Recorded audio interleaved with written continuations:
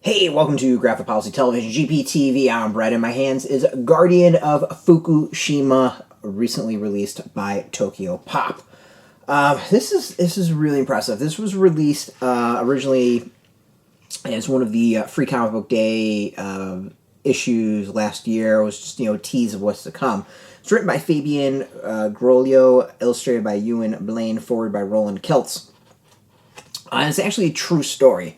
So it's about this guy named Naoto Matsumura who lived in the area impacted by the Fukushima meltdown.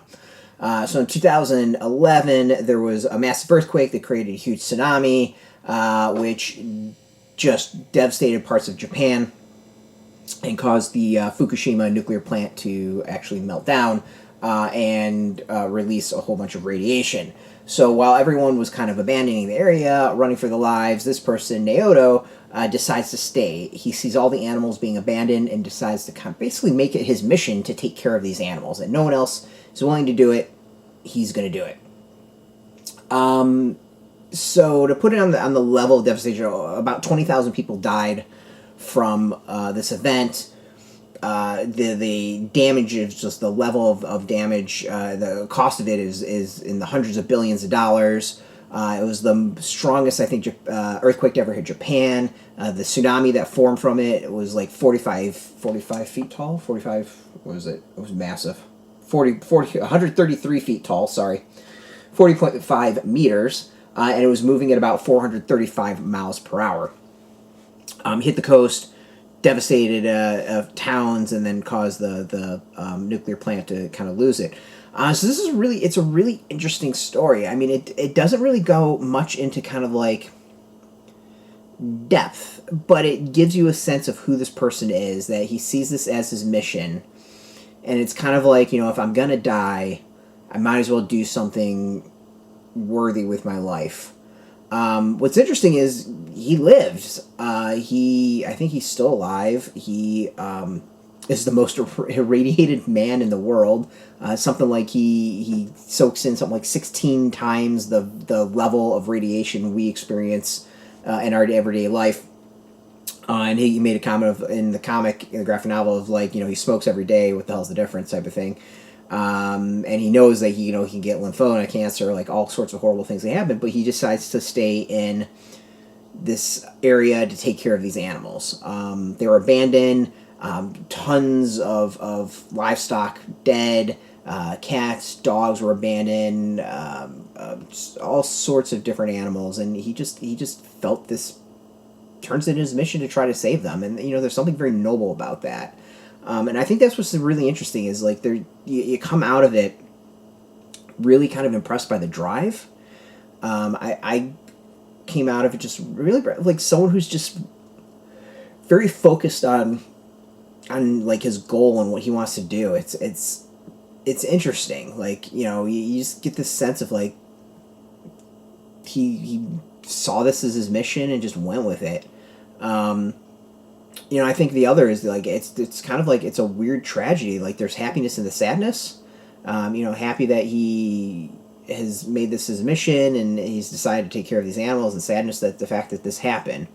He's also spoken out against nuclear energy. I'm gonna leave the ending to the readers. But there's a little bit of happiness to his sadness. It's interesting. It's really, really interesting read. As I said, the event took place March 11th. Tokyopop timed this to be released around then, and I of course want to thank them for hooking us up with a review copy.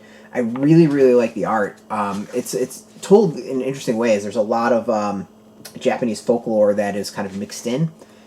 Stuff that I'm not super familiar with, so it was pretty cool to read, and learn, and some of the art is, I think, really, really, really cool. I love the cover, which is actually one of the images from the story itself.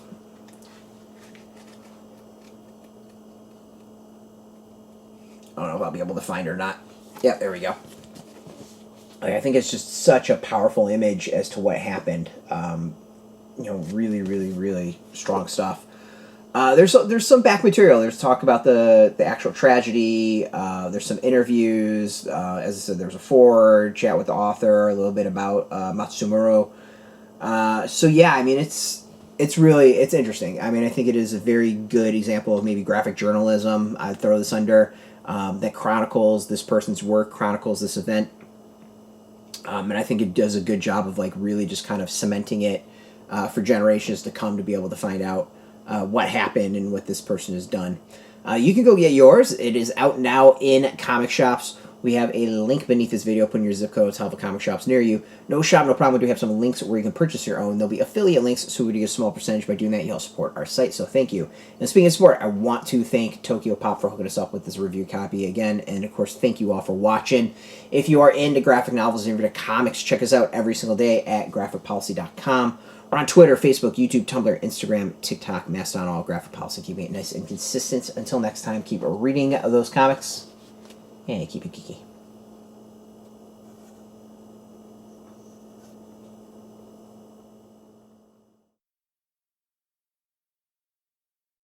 Hey, thanks for watching the previous video from Graphic Policy Television. Just by watching, you help support our site. Thank you so much. Now, if you're watching these videos, you probably care about geeky things like movies, television, comic books, toys, games, video games, you name it. You can go and subscribe right now to our YouTube channel to stay in touch and catch all the new videos, or check out our website at graphicpolicy.com. There's a nice link on this end of the video. But as always, thank you for watching. Keep on rocking and keep it geeky.